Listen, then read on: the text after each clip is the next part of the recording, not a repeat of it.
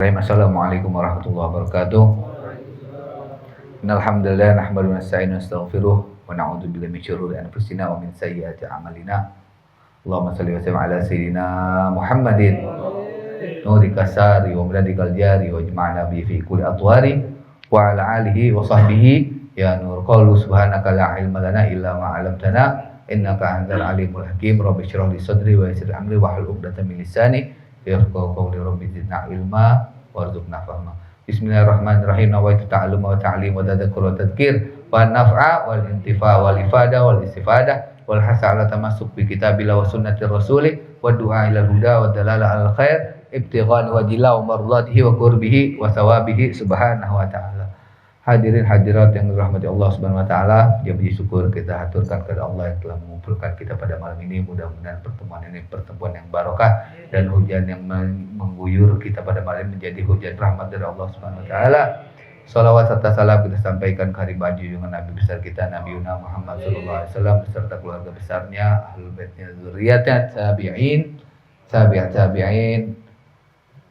Dan mudah-mudahan nanti di yaumil qiyamah kita dapat berkumpul, berjumpa, memandang Rasulullah SAW. Amin. Allahumma amin.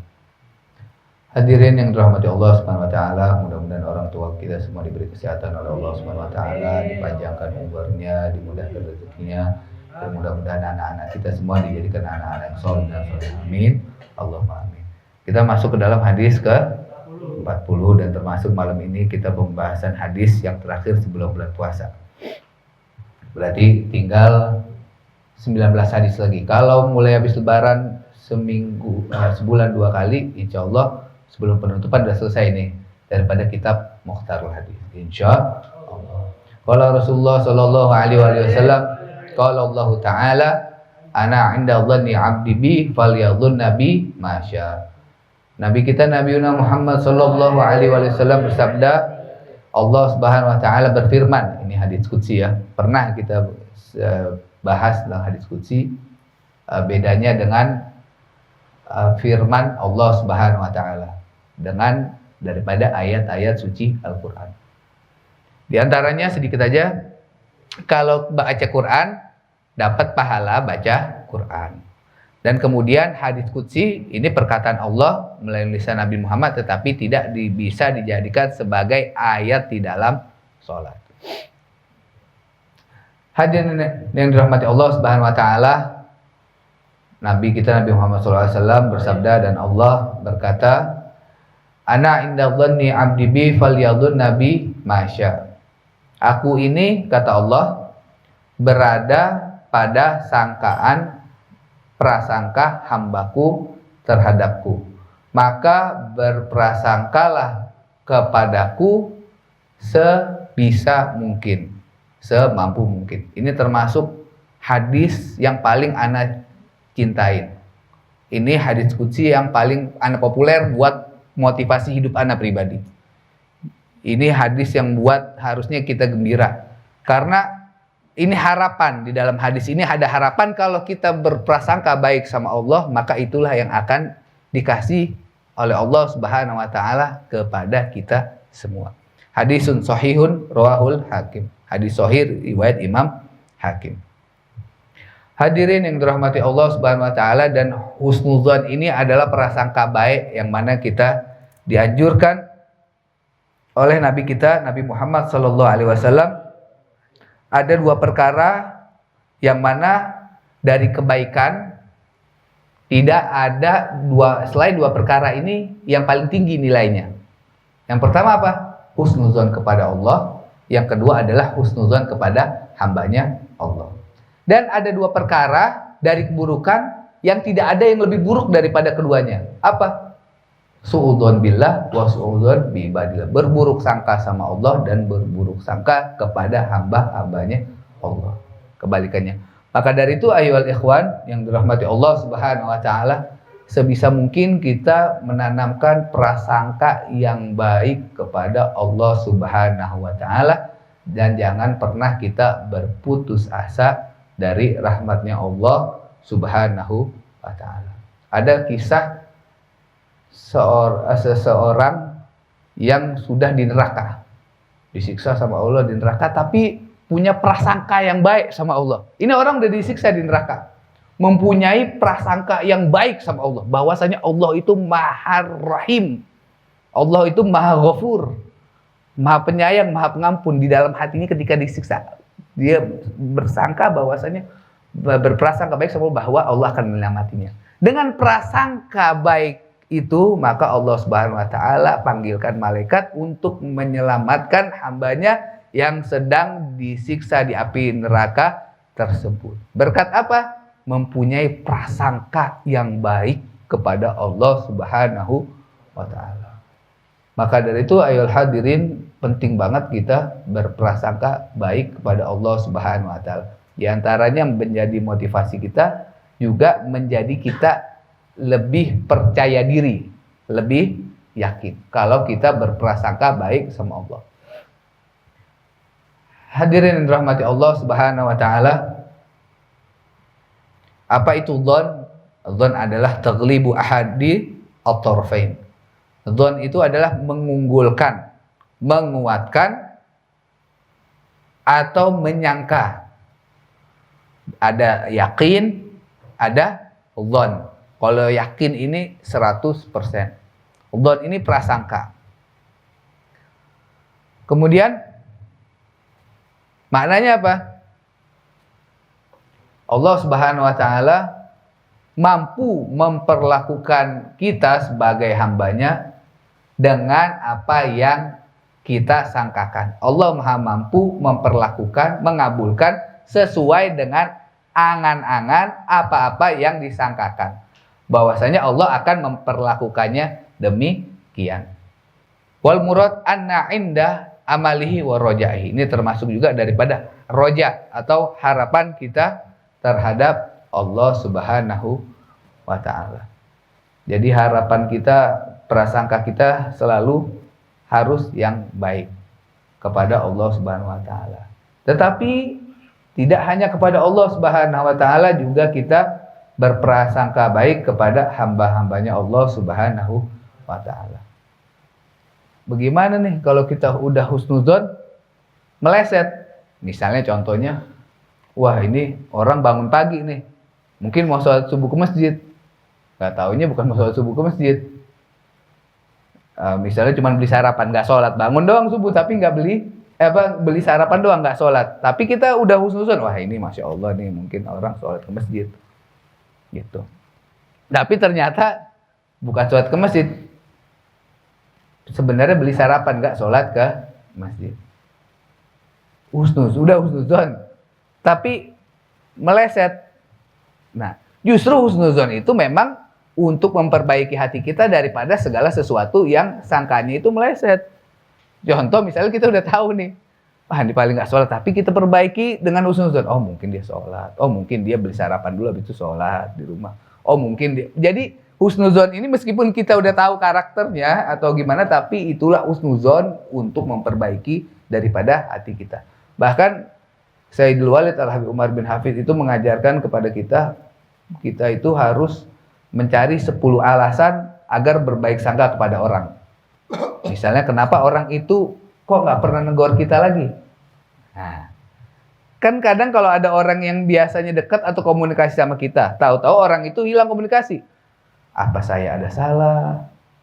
Apa kita pernah nyakitin? Kan gitu ya. Apa dia udah ketemu sama teman yang lebih baik atau gimana, tahu-tahu meninggalkan kita, misalnya begitu. Nah, di sini kita diminta oleh guru kita Habib Umar agar berprasangka baik. Oh mungkin dia lagi kurang sehat, oh mungkin dia lagi banyak masalah, oh mungkin dia lagi banyak utang, mungkin anaknya lagi sakit. Pokoknya sebisa mungkin kita positive thinking. Untungnya buat siapa? Untungnya buat diri kita, karena tidak mengotori dari hati kita. Jadi salah satu amalan selain kita berprasangka baik sama Allah, juga berprasangka baik kepada hambanya Allah. Untuk zaman sekarang ini, kita cukup girang ngelihat orang berbuat baik, itu udah. Kita girang ngelihat orang berbuat baik, maupun orang itu memang sudah biasa berbuat baik, ataupun orang itu jarang-jarang berbuat baik. Ya, saya ulangi. Kita harus bergembira melihat orang lain berlakukan baik. Meskipun memang biasanya orang itu melakukan kebaikan ataupun baru pada saat itu dia melakukan kebaikan. Jangan kotorin hati kita dengan berprasangka buruk atau dengan kita tidak senang dengan saudara-saudara kita yang berbuat baik. Jadi akhirnya pencapaian kita yang harusnya dikit lagi bisa dekat sama Allah karena prasangka kita yang buruk atau karena kita tidak senang ada saudara kita yang berbuat baik. Contohnya begini, ada orang mau hadir ke majelis taklim. Wow. Ada orang mau hadir majelis taklim, ada orang mau hadir pengajian, hati kita seneng aja udah. Usahain seneng. Jangan pikir, paling lu ngajinya enggak. Paling lu ngajinya enggak jelas. Enggak usah begitu. Kalaupun ada begitu, langsung buru-buru istighfar. Jadi kalau ada orang mau hadir majelis, alhamdulillah masih ada orang yang mau baik, masih ada orang yang mau mendekatkan diri dengan Allah, masih ada yang mau ya. Zaman sekarang mau kenal lebih dekat dengan Allah, mau kenal lebih dekat dengan Nabi Muhammad SAW. Melihat orang bawa hadro girang, alhamdulillah ini anak muda zaman sekarang yang biasanya nggak bisa lepas dari HP, tapi bisa bawa kecimpring, bisa bawa bass, bisa bawa hadroh dan lain sebagainya. Pokoknya girang aja. Jangan sampai sesuatu lintasan di hati yang melihat orang lain berlaku baik jadi penghalang kita untuk menggali atau untuk mendapatkan sesuatu pencapaian kita pada Allah SWT. Udah zamannya kita tinggal girang aja sama kita tinggal amin. Ada orang yang doain kita, wah ente banyak duit, ente amin aja udah. Ada banyak yang doain begitu, siapa tahu jadi kaya beneran ya kan. Dan jangan pernah kita tampakkan kesusahan kita kepada orang lain. Gitu. Karena orang lain ini yang nggak suka sama kita girang, yang seneng sama kita ya paling ngebantu doain, begitu. Jadi cukuplah biarin orang, jangan pernah kasih lihat kesusahan kita kepada orang lain. Musuh kita senang. Jangan musuh orang yang dekat sama kita aja juga paling doain khair insya Allah. Mudah-mudahan Allah kasih kesabaran, ya kan? Udah, maka dari itu kuatin hubungan kita dengan Rasulullah SAW yang selalu Nabi Muhammad SAW mengharap kebaikan daripada kita sebagai umatnya. Allahumma sholli wa sallim ala sayyidina Muhammad wa sayyidina Afan. Dan ini adalah husnuzon, ini adalah aslun azimun fi husnir raja. Prasangka baik kepada Allah ini adalah pokok yang sangat agung dalam berbaik sangka kepada Allah. Dengan harap, kalau kita mau berharap baik, roja kita bagus sama Allah, maka ini pondasi yang bagus adalah husnuzon.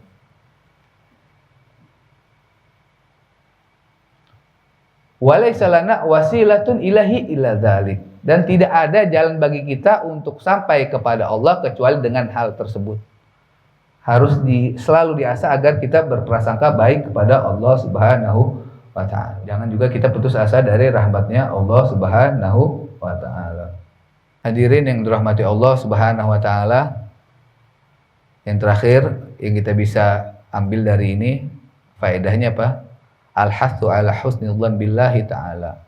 Anjuran untuk berbaik sangka kepada Allah, berharap juga akan turunnya rahmat Allah, dan segera kita bertobat kepada Allah. Kita memperbanyak melakukan daripada amal-amal soleh. Jadi prasangka baik juga harus diiringi, dibarengi dengan amal yang baik. Prasangka baik sama Allah bagus, tapi diiringi juga dengan amal yang baik, amal yang soleh, sehingga setara. Karena di Quran itu innalladzina amanu wa amilus solihati, innalladzina amanu wa amilus solihati, dan orang-orang yang beriman wa amilus solihati juga mengamalkan daripada perbuatan-perbuatan baiknya tersebut, amal-amalnya tersebut. Jadi sepaket. Ini begitu juga husnuzon sama Allah juga berbarengan dengan kita melakukan daripada amal-amal soleh. Dan juga jika terlintas di hati kita, padahal saya sudah mulai bagus nih sholat, padahal saya sudah mulai ngelakuin nih sholat-sholat sunnah, padahal saya sudah mulai ziarah nih sekarang, padahal saya sudah mulai rajin nih hadir pengajian, Padahal saya sudah banyak nih meninggalkan maksiat-maksiat, tapi kok masih begini-begini aja ya Allah. Nah, ini yang harus kita hindari. Harus kita jauhi dan segera kita beristighfar kepada Allah Subhanahu wa taala. Jika datang, namanya hati kan kadang-kadang suka berbisik sendiri. Jika datang kata-kata seperti itu dengan sesuatu, jadi kesannya kayak kita nagih sama Allah. Ya Allah, kan aku udah nanam ini kok belum ada. Nah, ini bisa jadi nanti kita tidak berprasangka baik sama Allah Subhanahu wa taala. Kita harus banyak berprasangka baik sama Allah Subhanahu wa taala, dan juga kita harus berprasangka baik sama orang. Meskipun orang itu sudah jelas-jelas jahat, tetapi kita belum tentu seburuk-buruknya orang nggak ada baiknya. Jadi segede-gedenya ikan, nggak semuanya daging, pasti ada tulangnya. Benar nggak? Segede-gedenya ikan. Begitu juga sekecil-kecilnya ikan, nggak mungkin nggak ada daging, pasti ada dagingnya. Jadi seburuk-buruknya orang mesti ada sisi baiknya. Sebaik-baiknya orang mesti ada sisi buruknya. Contohnya pemimpin. Seburuk-buruknya pemimpin mesti ada sisi daripada baiknya. Sebaik-baiknya pemimpin juga mesti ada sisi buruknya. Allahumma sholli wa sallim ala sayyidina Muhammad wa ala sayyidina Muhammad. Mudah-mudahan yang sedikit ini jadi manfaat kepada kita, dan juga harapan kita mau masuk bulan Ramadan ini jadi semakin tinggi kepada Allah Subhanahu wa taala. Wassallallahu ala sayyidina Muhammadin wa ala alihi wasallam wa ila hadratin Nabi sallallahu alaihi wasallam. Bismillahirrahmanirrahim. A'udzu billahi minasyaitonir rajim.